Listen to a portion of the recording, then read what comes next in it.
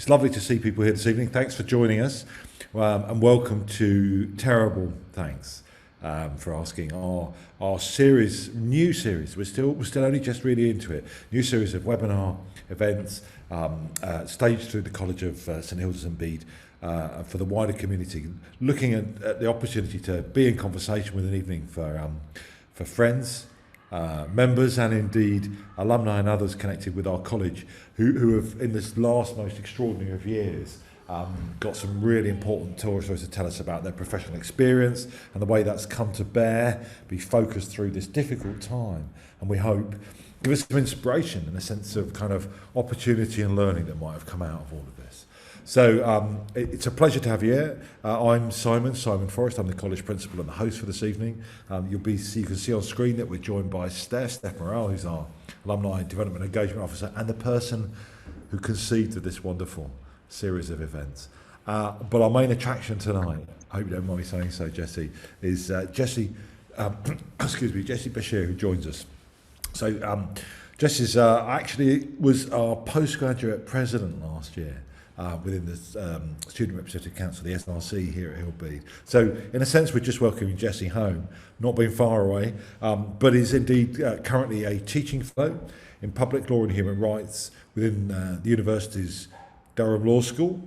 And Jesse's, we're going to hear a bit about this, I'm sure, but particular areas of interest and expertise are around, just brilliantly named, the nature of freedom and of domination. So you can see how apposite this is to thinking about some of the ways that the additional pressures that have been produced by the environment we've been recently living in have played out so inequitably and magnified some of the problems and challenges that we all feel, it seems to me, and can recognise close to home and more universally around aspects of human rights and so on. So Jesse himself identifies as LGBTQ+, and has worked in the past with groups such as Human Rights Campaign, and the American Civil Liberties Union on marriage equality. So it's a warm welcome to you, Jesse, and thank you for giving us your time tonight. How are you doing? Thank you, Simon, and thank you, Steph, for organizing this, as Simon already said. I'm doing well. Thank you for having me. Thank you for inviting me. And yeah, so tell us, so we were just discussing this before, but you're at work. You're in the law school, Jesse. How have things been there for you recently and over the last year or so? We've been fortunate in that because the law school is a relatively new and spacious building, and the university has done such a good job of trying to maintain everyone's health through COVID protocol, et cetera, that we've still been able to use our building as faculty and also as research students. A lot of us have been doing the LFT testing, like all the students have been, to make sure that we're coming in, everyone's negative, it remains a safe place for us to all be here. So it's been very different, but faculty are starting to return regularly back to the building. So that's been a nice new development to start seeing colleagues again. Okay, that's cool. Well, I'm glad to hear you're all safe and well. And it feels like, there's kind of life in the building as well as in the faculty at this time. So there's loads of ways of opening this conversation just with you, but I think that something that's really interesting is always to people is to hear a little bit about your journey. So how did you get where you are now? I mean, in a professional capacity and in terms of those interests that that I mentioned earlier on. So I always knew that I wanted to be a lawyer in some capacity. So I started off university in the US. As I'm sure you're aware, you have to have a bachelor's degree before you can go to law school. So I started off studying politics and philosophy and psychology, which are all subjects that I still really love and I'm very interested in. And that then led to wanting to go to law school, but of course the realization that going to law school in America is many multiples more expensive than coming here.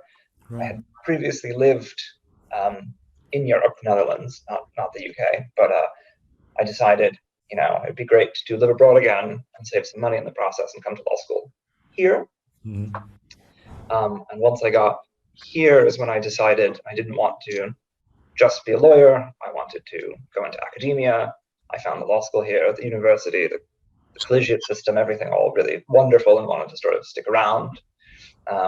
But I did go off and do my master's at U Chicago, and in between completing law school and U Chicago, that's when I ended up working with the ACLU and Human Rights Campaign as a summer sort of thing where we went back home to New Jersey, and it was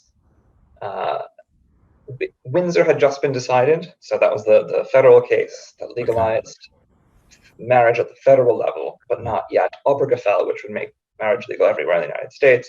So we can finally have federal rights of recognition, but New Jersey, the state, hasn't yet passed marriage at this point.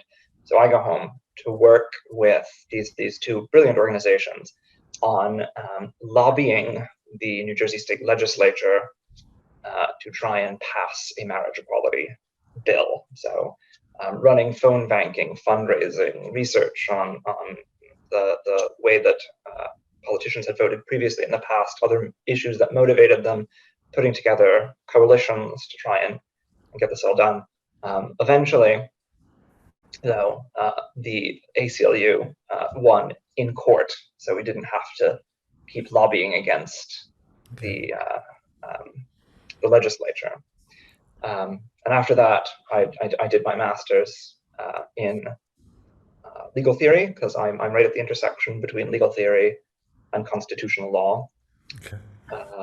Then I went to practice law for a while, decided that I really did want to come back to academia, so returned back to my favorite place, Durham, to do my PhD, and loved it so much I decided I'd like to even have a job here. So here I That's a lovely story, and yeah, we're lucky to have you, is what I'd say, frankly.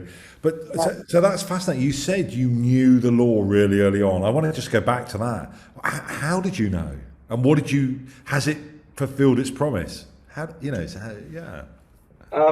So do you mean in terms of like wanting to study law, like knowing that that's what I wanted to do? Yeah, I thought that's what you kind of said. I knew it's what I wanted to do. So was that very early on? Yeah. So growing up, especially with teachers in high school and things, I always liked sort of debating like what it is that you're teaching and sort of the reasoning behind what you're giving us, not just sort of that standard. I really liked, I guess, something like a Socratic method of teaching, right? That back and forth. Okay. And everyone told me you should be a lawyer. At the time, I didn't really want to be a lawyer. Everyone was like, but you should be a lawyer.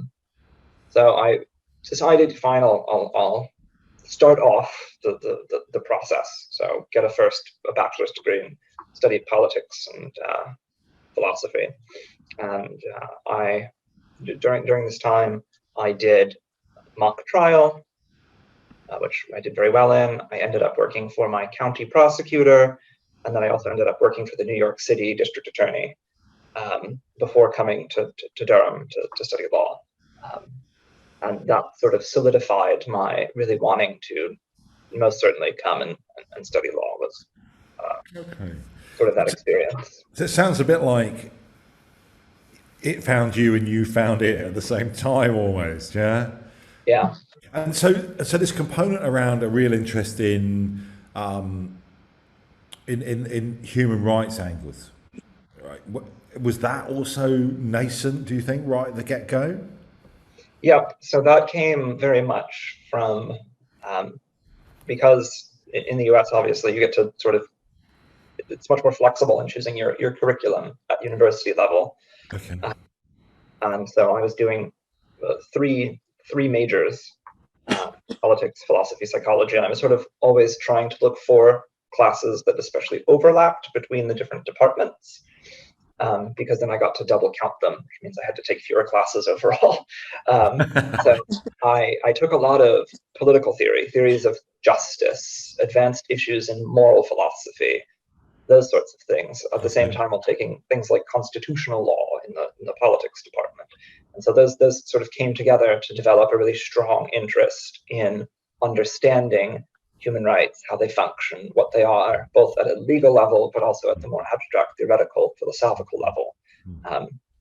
And so that's always been there. It's just my switch from then to now has been away from theories of justice to freedom, theories of freedom.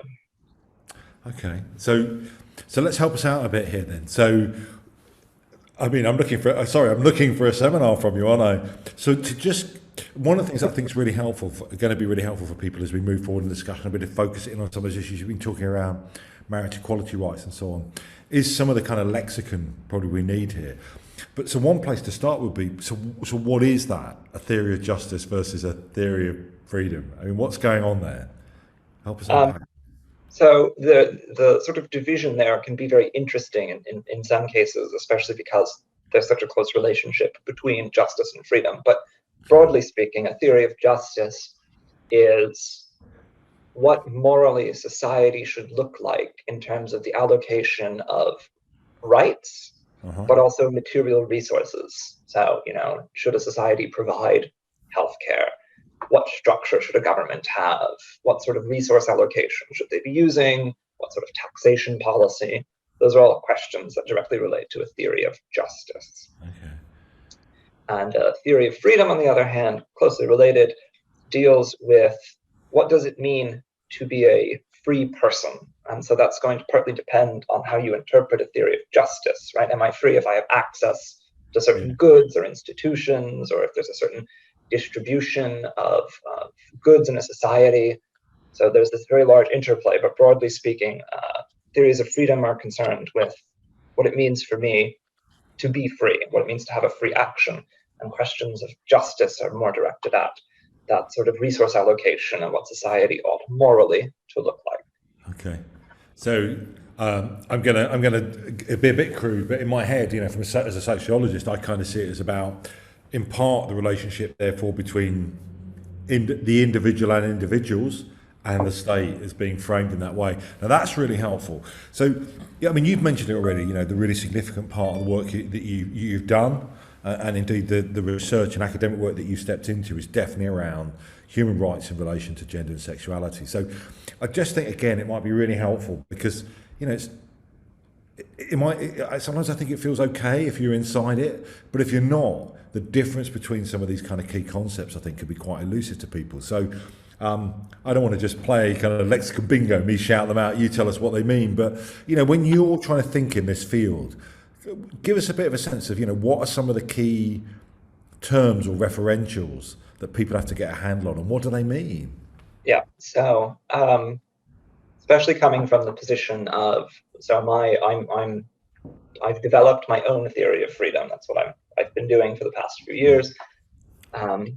But I examine things from a perspective of something called Republican freedom, which is not the political party, but ancient Greek republic, right, all the way back to Aristotle and whatnot. And I look at questions of domination. So I'm interested in what does it mean for someone to be dominated by another individual, a state, a set of moral norms, cultural norms, etc.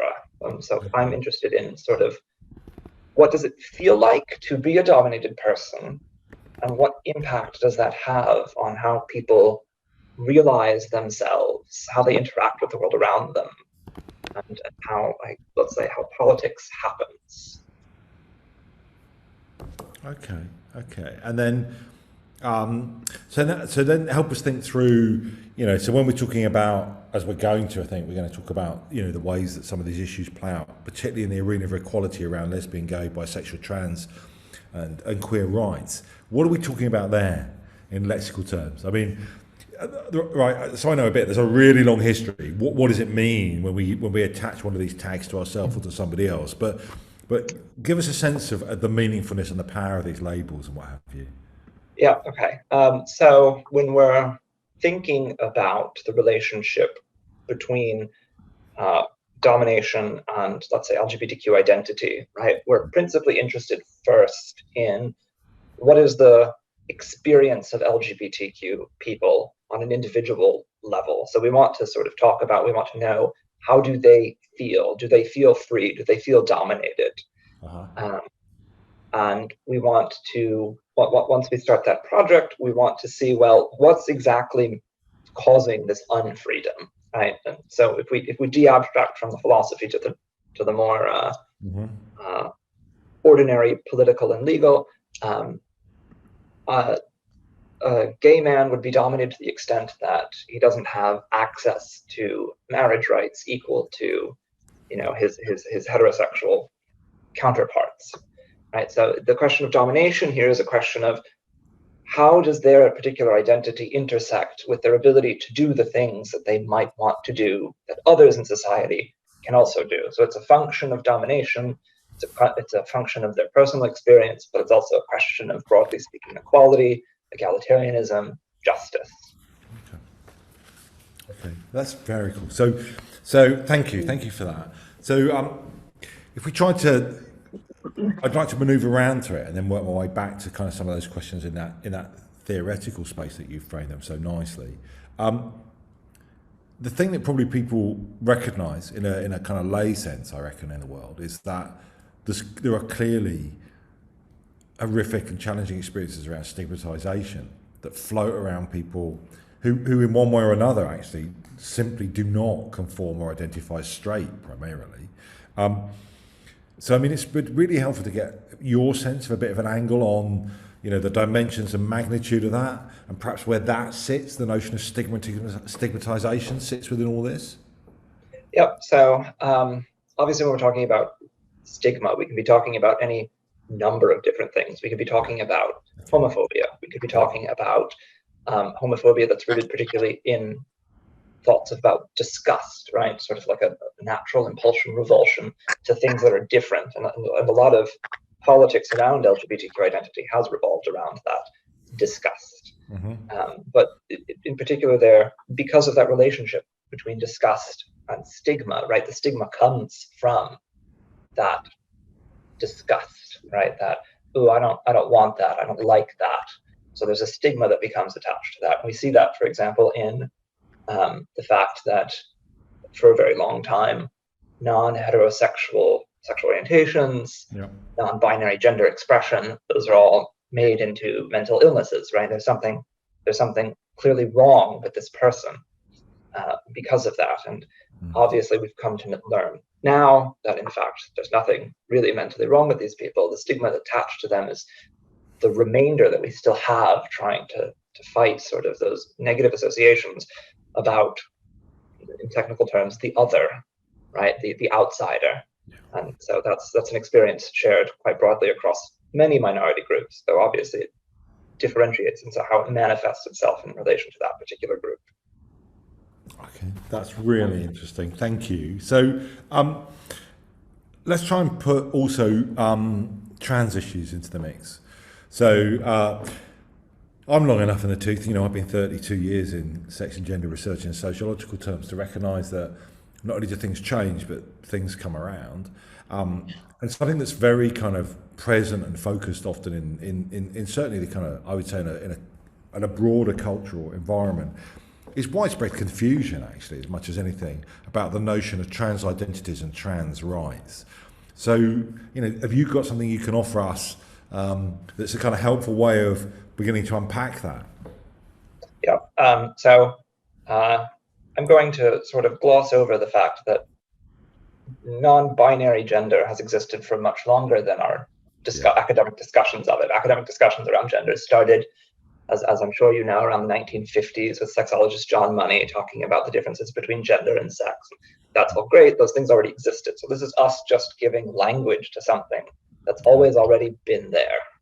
I'm going to gloss over that problem because that's a very large problem, because obviously non-binary persons and so-called third gender persons have existed in cultures around the world for thousands of years. So this non-binary gender isn't a new creation. It's just always been here. But broadly speaking, we might say gender is that set of social norms, expectations, modes of behavior, modes of dress. It's very normative about how particular persons are supposed to act within society. And these obviously change, right? So one of the examples that I really like of this, there are two, is that today we associate women with wearing heels, but actually heels, right, come from men on horseback. And in fact, they were most prominent in the King of France's royal court, right? They were painted with a red bottom. No one else could have a red bottom high heel. That was a symbol of status. Obviously, that's changed, right? So we can see how people dress. That's a gendered expectation, right? We don't usually expect men to be wearing high heels, or at least speaking about conventional conceptions of gender. So that's the social constructions that we place on people in terms of how we expect them to behave. Whereas biological sex, or sex, is also equally as complex and partially socially constructed, but we might understand that as the biology of a person, which is putting it very mildly, because, as I'm sure you're also aware, intersex persons and all those hormones and all these other things besides, right, genetic sex or biological sex, to put it that way, is also a huge gloss in terms of trying to define exactly what that concept is. Sure. But yeah, I would say those are, broadly speaking, how we might think about the differences between gender and sex. One is, loosely speaking, biologically determined sex, whereas gender is just that sort of social norms, roles, expectations that we place onto people, typically based on their sex at birth. Okay, thank you. I think that's really helpful. What so why is it so often and so widely societally troubling around the world? I think it's a lot to do with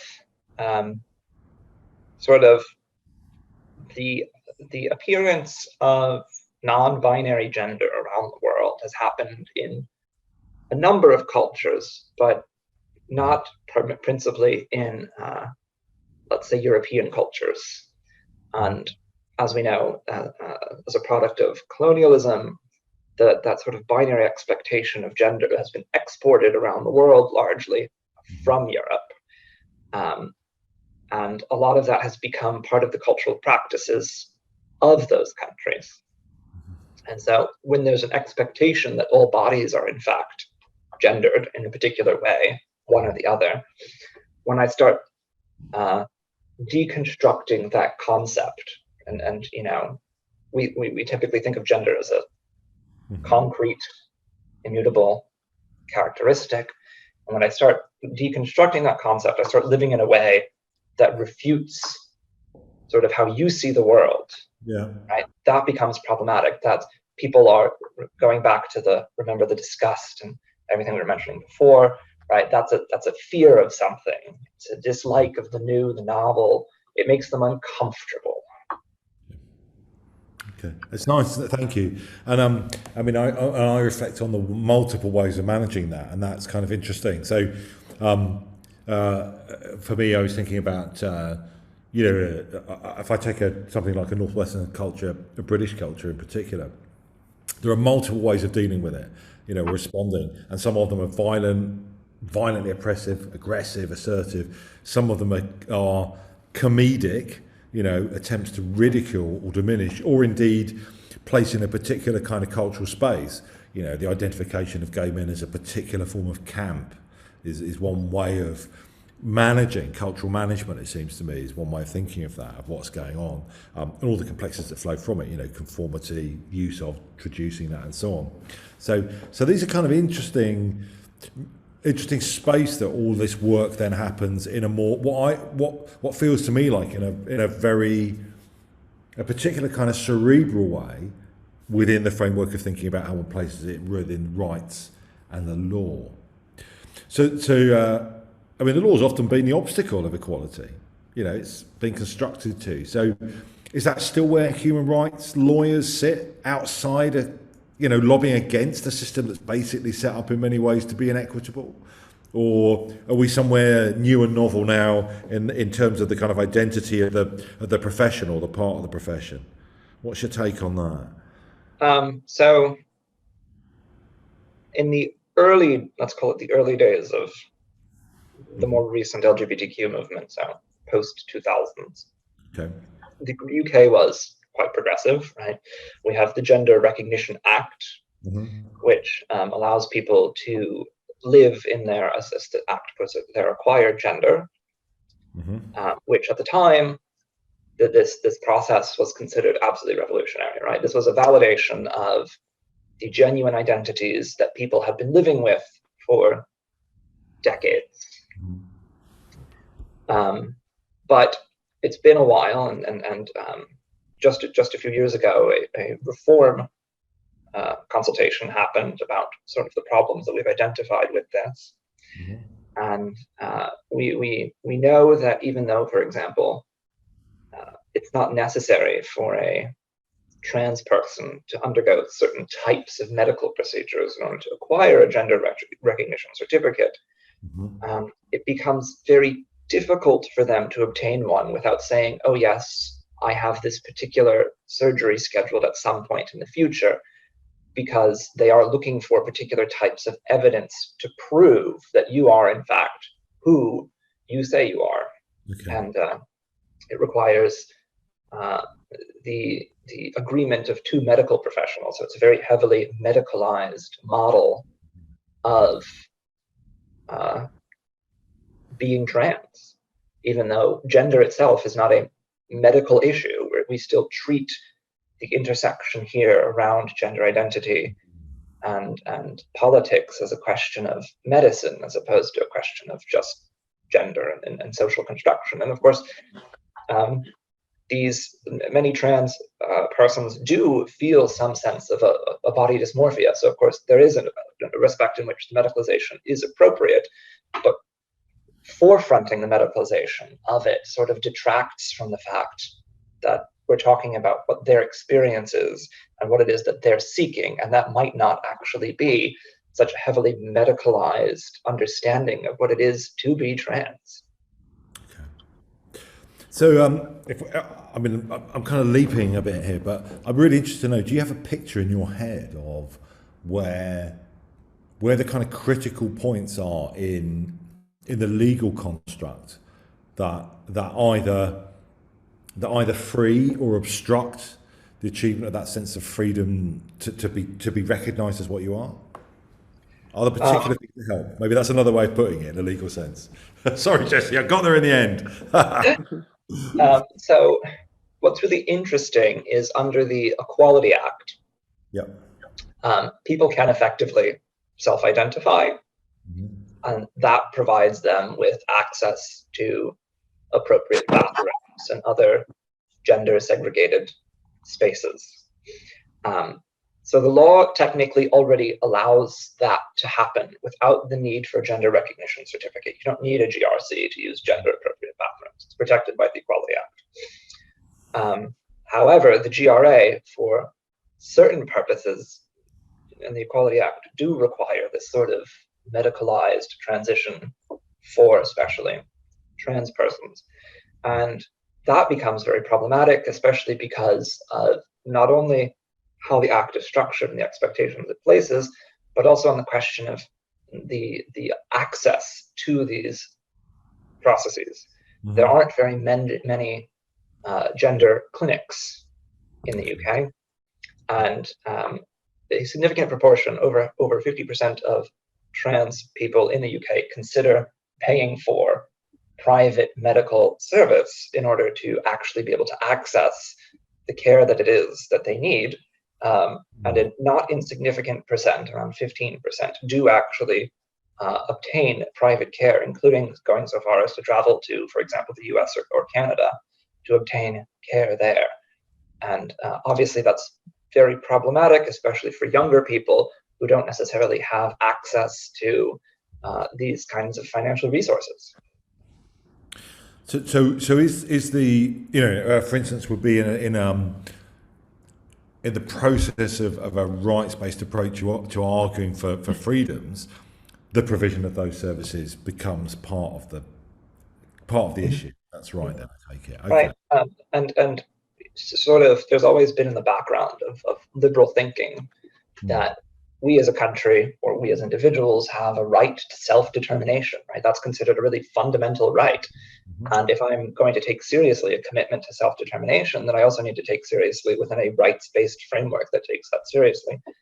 how I actually am able to realize myself, my potential, everything, Yeah. as a question of what is owed to me, what I can't do. So that it all does boil down to that question of rights. Yeah, yeah, no, okay. That's a really clear and helpful articulation of the linking between freedom and rights in this context. Yeah, so the kind of responsibility, so the power, I mean, potentially the kind of majesty of the law to permit. So let's put that into. I mean, you mentioned it. You know, you kind of materialised it a bit around access to services, for example.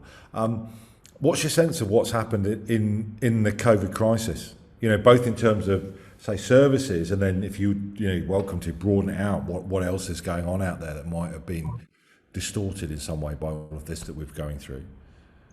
Well, broadly speaking, obviously, access to any form of services, whether it be a gender clinic or mental health services for those people who are struggling to come out or struggling with their identity, whether it be their sexuality or their gender, have all been heavily reduced during COVID. A large part of that, obviously, is twofold. One, trying to reduce contact with people where possible, and two, reallocation of time and resources trying to battle COVID. But for example, the gender clinic down near London has stopped accepting new patients as a result of the lack of funding. Okay.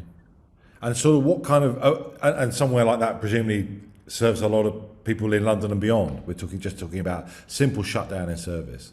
Yeah, Okay. Do you we're have a talking sense? I mean, the major gender clinic for England is yeah. I mean, I mean, you may well have, good recourse to some really strong evidence on it. But what's the sense of what the impact of that has been?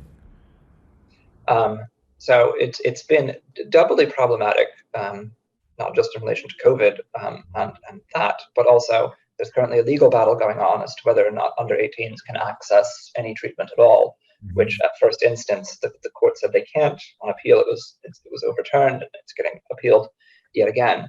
And that's all been happening alongside COVID. So not only now is it a question that many people can't access any form of care through a gender clinic, but also it's a question of young people have been totally potentially restricted in their ability to access any care at all. And that's especially in the formative years of being at 16 to 18, right? That's such an important point in time.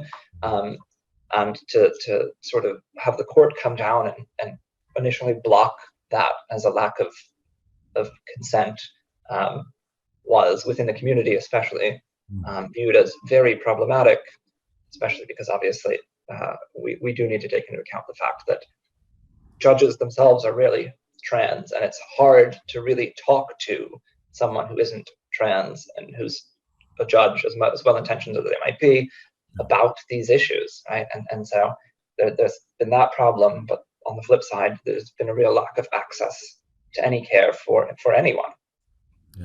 Yeah. So this, I mean, this is quite an interesting issue to pursue for a moment, if you don't mind. I mean, that kind of, what's the argument? What's the contention about young people and gender? What is it? Is it lack of competency, lack of, or the multiple components that are being marshalled as a kind of reactionary force? Really, is what it sounds like. What's your sense? So the argument there goes that children, because from 18 is the majority age of consent, right? Children under 18 can't consent or ought not to be able to consent to, the argument goes, life-altering treatments. Okay. But of course, we also know that that's not necessarily what's really happening, because the parent is providing consent, legally speaking, on behalf of the minor. And that's how all medical procedures happen for those under 18, right? It's a question of parental or guardian consent. But it was argued that at 16, the minor teenager couldn't think about or properly articulate their desire to transition, to make such a life-altering decision and therefore care should be restricted. Okay. So it's a kind of competency-based argument that somehow you're too young, you can't understand it, you can't see forward enough. Right. It's a really interesting, kind of strange argument. What's the count? I mean, in perhaps in a legal sense, what kind of counter arguments are being produced around this? Do they engage with that, or do they gear onto something else? Yep. So the flip side goes, well, things like puberty blockers, which are offered to even younger children, are in fact reversible. Right? There's no permanent sort of changes that happen, because the effects of puberty blockers with hormone supplements can be effectively reversed. Okay. And then also, it seems weird, even from a legal point of view, for the law to be the one that intervenes with the professional opinion of doctors, psychologists, psychiatrists, medical doctors, whose job this is, who have trained to do this for decades, and for the court to come in and substitute and say, actually, even though you think that you're providing an appropriate standard of care, we, the non-experts, the judge, the lawyers in this case, think that you're wrong. And that seems like a very bizarre argument, because it's very unusual for a court to step in and substitute their judgment for that of especially medical professionals. Yeah. Okay, that's helpful to understand.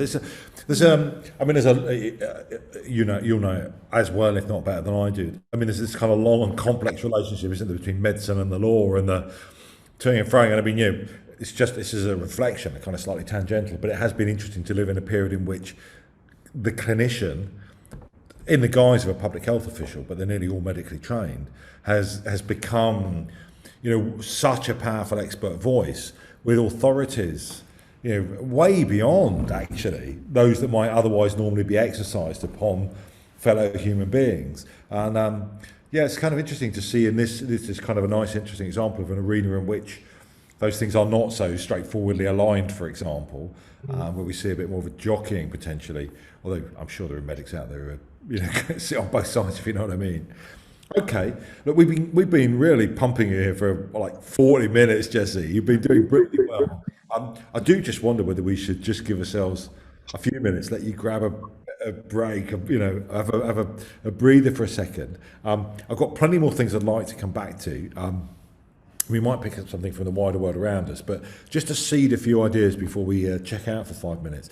What would be really interesting to talk about would be to move to the kind of, move to a bit of a conversation about, okay, so what are the approaches? What are either the policy, the legal, or indeed the kind of everyday things we might do when we're thinking about combating this level of discrimination and stigma that we've identified, but also being more positive, supportive, either individually or collectively. So, I mean, if I park those with you for a minute, let's all go and take 5, perhaps. If we're back here, if that's okay, about 17, 18 minutes past, that will give us 10 minutes or so just to move to a conclusion. But I want to say a huge thank you so far. It's fascinating, hearing what your thoughts on this, and compelling kind of arguments that you're able to produce. Lawyers are very good at this, in a good way, Jesse. It's a pleasure. Okay, so let's just check out for 5. I'll see you in a few minutes' time. Okay, bye for now. Bye. Welcome back, Jesse. Welcome back, Steph. Welcome back, everybody, for being with us. So, let's go for about another 10 minutes then, if we might, and just really try and give Jesse an opportunity to talk to us a bit about, as I was saying, the questions of, almost like the where do we go questions, or what would be useful, important, and helpful things to do now. So I just want to cast the net as wide. You've identified a lot of different kind of components, places we might be thinking about action, Jesse. So floor's yours, but pick us out a few of the places you think might be the most important, whether they're in policy terms or in practice, in intervention, in service provision, in recognition, or of advocacy and action, where you think you see important things happening, or where you think there are kind of calls to action that we ought to be considering responding to. So obviously at the sort of top level, policy changes, provision of services, these are big things that we as individuals individually obviously can't change, but certainly we can write to, call, interact with our politicians, interest groups, right? We could talk with, for example, Stonewall. We can contribute to what it is that they do at that sort of high policy level. But individually, I think, and this goes all the way back to what I mentioned earlier about one of the big origin or points of prejudice, historically speaking, has been that little bit of disgust behind everything, right? Martha Nussbaum has done wonderful work on the nature of disgust and oppression.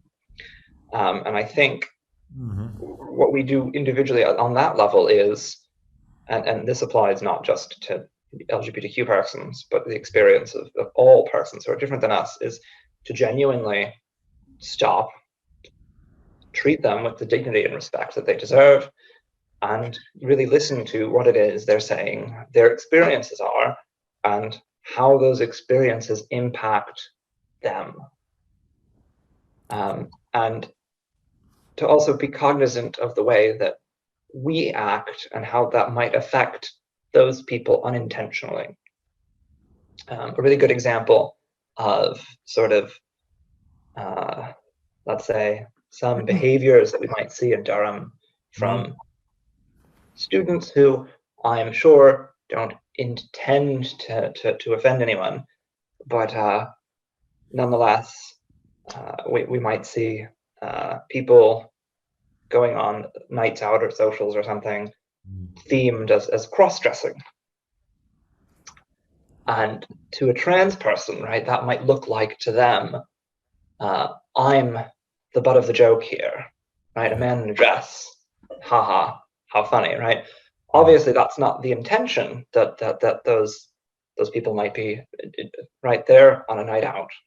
I'm sure that they're great, lovely students who don't intend to do anything like that, right? But it is that question of, well, what does it look like? How do I listen to the people who have that experience? So this is a really nice point, isn't it, about the almost the unconscious unaware. I mean, not entirely. It's like none of us live in a world where it's possible to have turned our minds entirely from that which is going on around us, I imagine or hope. But it is a really important question, and often that leads kind of logically to the sequela of being, so what are the issues about trying to raise awareness and about education? And I don't know, what thoughts you might have about that? So I think one of the problems we run into here is let's say a little bit of a tension, right? A lot of education happens by whatever minority it is that we're talking about, right? They come forward, they express their experiences, and they have to do the work of convincing us, right? And it's really weird to tell someone who's from a minority group who's suffering some form of oppression that in addition to your experience of oppression, you then need to convince me that you are in fact in some way oppressed, right? It's asking them to jump through all of these hoops while experiencing something very negative. So this goes back to the treating them with dignity, respect, and listening.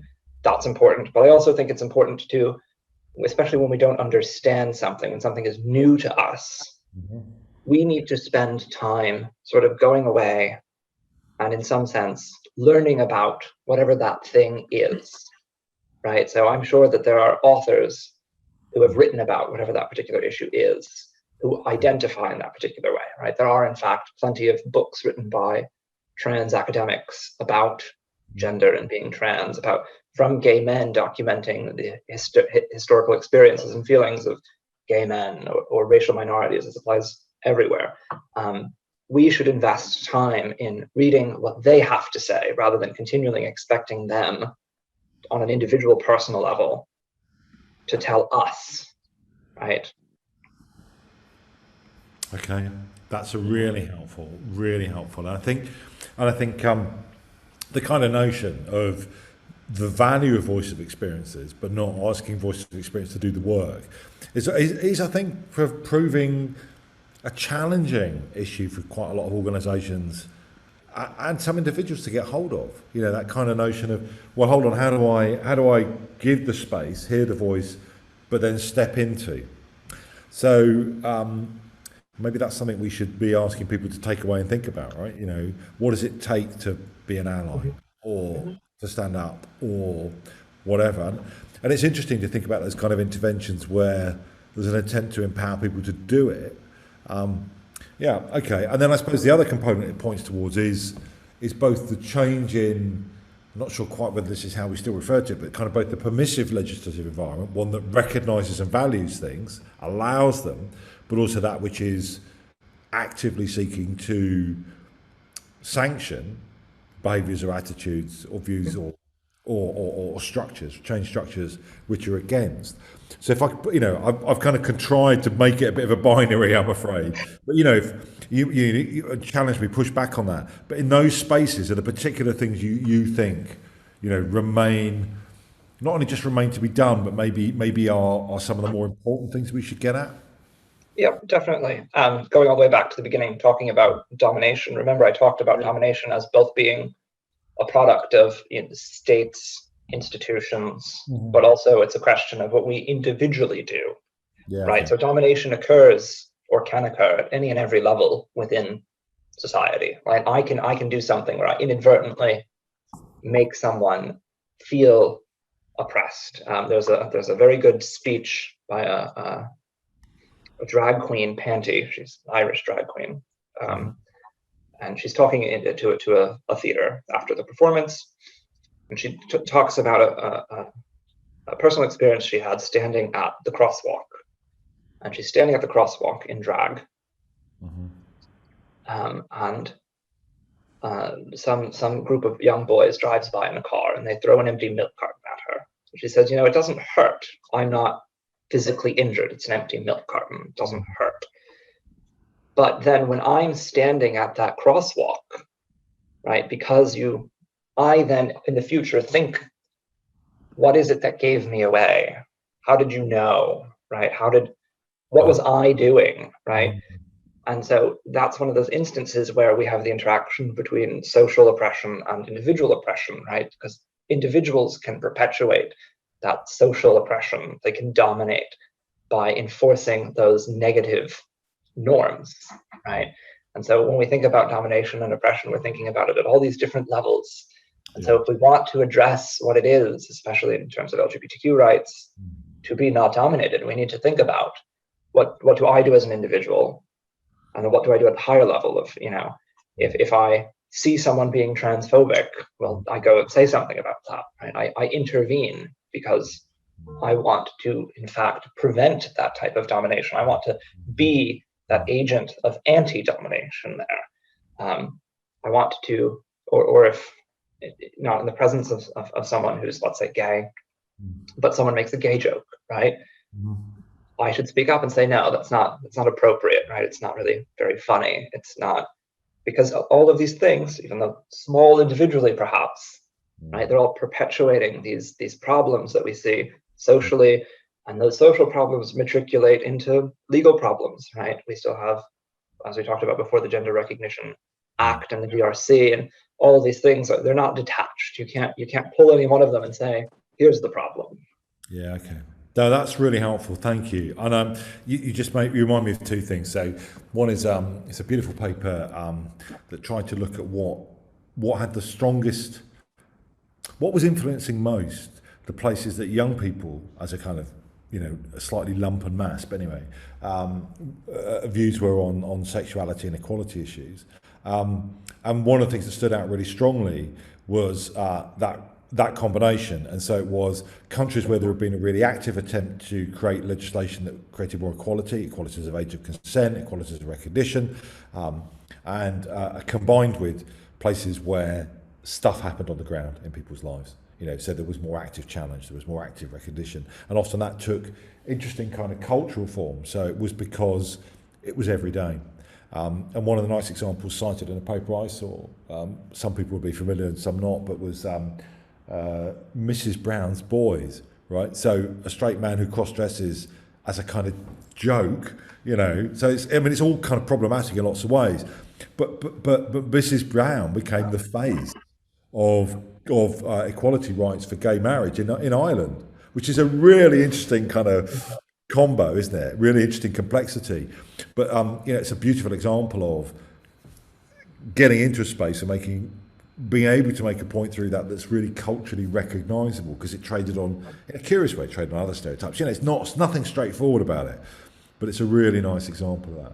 Okay, there's a lovely call for action there.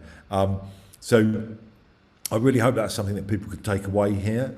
I want to begin to move us to a close, and I think I want to do that by saying, of course, thank you, Jesse. Thanks for your time, for your energy, for your thoughtfulness, your preparedness to just let me kind of go at you over and over again with a question and an invitation for elaboration or whatever it might have been. I think there's something really special that you've done for us in a very smart, but also in a very accessible way. So that's a nice combination, which is put together some of these kind of not in a pejorative sense, but some of these kind of gross ideas, domination or freedom, the framing that might be provided by thinking of something from a legal perspective or a rights perspective, right through to what does that mean for, translate to, in terms of people's individual experience of oppression or lack of opportunity, but also, therefore, what are its implications? Now, that's a beautiful trajectory that you've guided us through this evening, for which I'm personally, and I know others that are here now but will listen to us later, will be grateful. It's been a pleasure having your company, having your time, your expertise. We say an enormous thank you to you, Jesse, for that. And look forward to seeing you back here in person soon. You'll be very welcome. Okay, nice. Thanks. Come back to college. I look forward to seeing everyone. So thank you to you, and thank you to everybody who joined us tonight and will join us on Catch Up, Hild Bede TV, I think we might be now. Go and enjoy the rest of your evenings. Thanks, everybody. Good night. Good night. Thank you.